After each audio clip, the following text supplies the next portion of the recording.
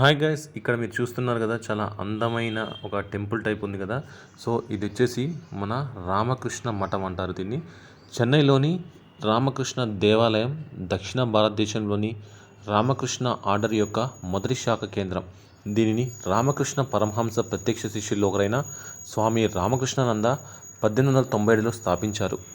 Complex దాని పేరుకు తగినట్టుగా ఉంటుంది, ఎందుకంటే ఇది ఉచిత వైద్య సంరక్షణ కార్యక్రమాలు మరియు అనేక ఇతర స్వచ్ఛంద కార్యకలాపాలను క్రమానుగతంగా నిర్వహిస్తుంది. ఆలయం యొక్క అద్భుతమైన వాస్తుశిల్పం సాంప్రదాయ ద్రావిడ, హిందూ, బౌద్ధ మరియు జైన నిర్మాణ శైలుల సమ్మేళనాన్ని ప్రతిబింబిస్తుంది. కమలంపై కూర్చున్న రామకృష్ణుని తెల్లని పార్వతి విగ్రహం గర్భమందిరంలో కనిపిస్తుంది. గర్భమందిరం చుట్టూ శ్రీ శారదాదేవి మరియు స్వామి వివేకానంద విగ్రహాలు ఉంటాయి.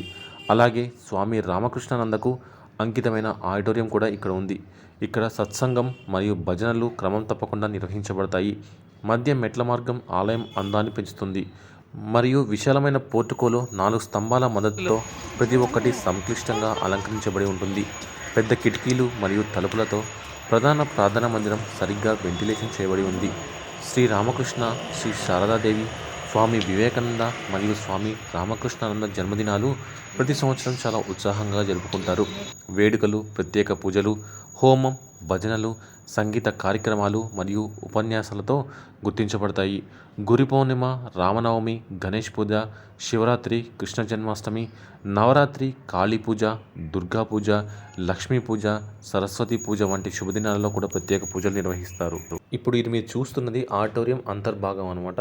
లోపల కూర్చొని చాలామంది మెడిటేషన్ చేసుకుంటారు.